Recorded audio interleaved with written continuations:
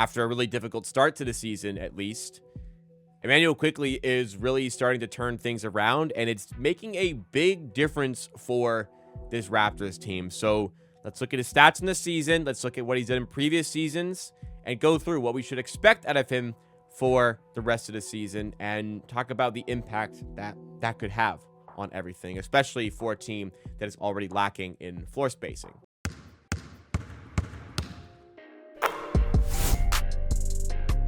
And that's just the key. The Raptors are lacking a lot of floor spacing. They are devoid of a lot of shooting talent on this team, and a lot of the shooting talent they're supposed to have not really been shooting like that a lot this season. Like, Grady Dick's been a bit inconsistent. Ja'Koy Walter's been very inconsistent. Abaji has really not shown up at all to start the season for the Raptors, and Immanuel Quickley had a rough start to the season. Initially, it was like RJ Barrett and Scottie Barnes pulling the weight from three, which likely is not sustainable. But there is a huge onus on Immanuel Quickley to provide the spacing for this team from that point guard position. And even at the start of the season, Immanuel Quickley, at Media Day before the season started, was looking at his three-point attempt volume from last season. He saw that he took less than 7 attempts per game for the Raptors last season. He acknowledged himself, like, he wants to get those numbers up to 8, 9, 10 three-point attempts per game, which I think is the right course of action for the team. But with the way he started the season, he's had to scale down maybe his touches a little bit. But I think putting Immanuel Quickley off ball a little bit more in the last stretch of games has actually helped him a lot. Like, it was a really good performance in the most recent game that we've seen at the time that we're doing this live stream here against the Brooklyn Nets, where he was hitting big shots in big moments. We saw that he was able to put up 24 points in this game. 10 of 17 from the field, 3 of 8 from 3, 8 rebounds to go with it. It was likely his most impressive performance of the season to date. And on the season as a whole so far, I mean, he's still catching up statistically, but starting to see improvements there. He's averaging 50.3 points per game, 43% shooting from the field, 34.3% shooting from 3. Obviously, need to see that continue to improve. We want to see him near 40% from 3, absolutely. But hopefully, like, on the right track now. There's a lot of gains for those numbers to continue to climb as we go throughout the season.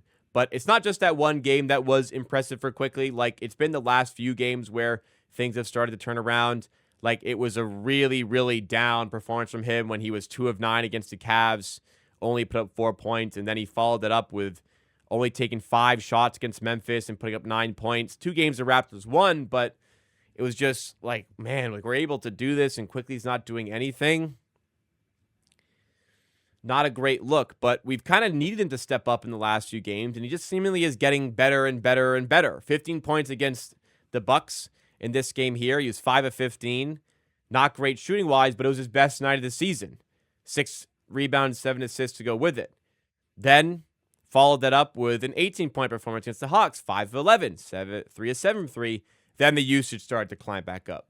8 of 16 with 22 points, 6 rebounds, 6 assists against Philly, albeit in a loss. And then best of the season so far in that game against Brooklyn, which granted, it's Brooklyn, but 24 points, 10 of 17, 8 rebounds, 5 assists, 3 of 8 from 3. So Quickley is definitely starting to turn things around, and we know why this can be significant for the Raptors. It's just providing extra spacing for the players in the starting 5.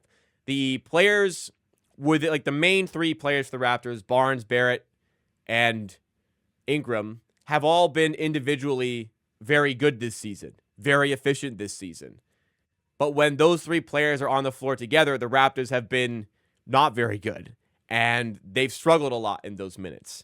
And spacing and fit is obviously a concern with that.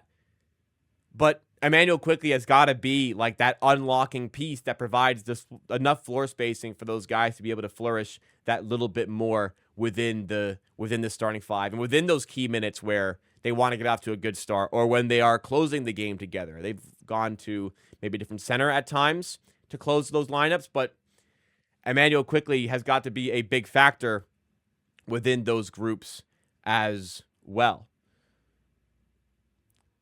Overall, like, coming to the season, there wasn't the biggest amount of confidence in Quickley. Like, in 23-24, he played 38 games, dealt with injuries. The Raptors dealt with the tank. 18.6 points, 45% from the field, almost 40% from three. It was still enough for the Raptors to be confident enough to give him a very large contract extension, $175 million over 5 years. And in the first year of that contract, numbers were maybe down a little bit. 17.1 points per game, down to 42% shooting from the field, down to 38% shooting from three. At least like 57% true shooting is decent. But it was a bit of a down year and was a little bit of a concern. I kind of questioned because, from watching Quickley, it didn't feel like it was that bad. But Raptors fans were growing a little bit tiresome of his play. I think it's a little bit more fair to reflect on those 2 seasons with per 36, just because last season there were a lot of injuries and there was a lot more tanking and a lot more rested games and, games where he's not playing full minutes. So the per 36 kind of enlightened us a little bit further as to the past 2 seasons. They're actually a lot more similar when you look at it from this angle, but it's still a $32.5 million point guard. And we do want to see a little bit more out of this player than that. Now, like I said earlier, it kind of feels like his role has scaled back a little bit more in the last few games. That's maybe a bit of a reason why he was able to play better. So Immanuel Quickley, certainly has the talent.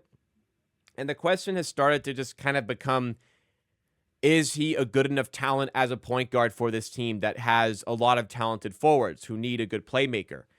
I don't think he's the perfect fit as a point guard, but he's a player who's certainly capable of shooting the basketball and a player certainly capable of playmaking. Not at an elite level, but he has ability there. And as a three-point ball is starting to come to him, he's turning into a much more important piece for the team. I still feel like he'd be a decent trade chip to upgrade in that point guard position, but he is a talented player. He needs to do more to play up to the contract that he is currently on. He needs to be better.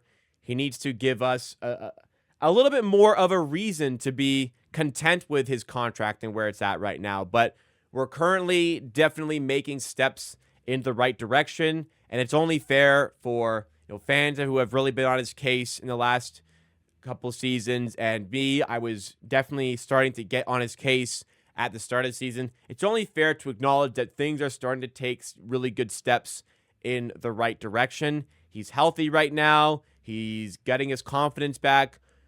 We haven't really had a season with Immanuel Quickley healthy for an extended period of time. So what could it possibly look like with him playing a healthier amount of games? Because 38 2 seasons ago, 33 last season. Hopefully we very much are on the right track to get a lot better out of Immanuel Quickley, because it is an expensive contract. That makes it a pretty difficult contract to trade as well. So it feels like this is our point guard.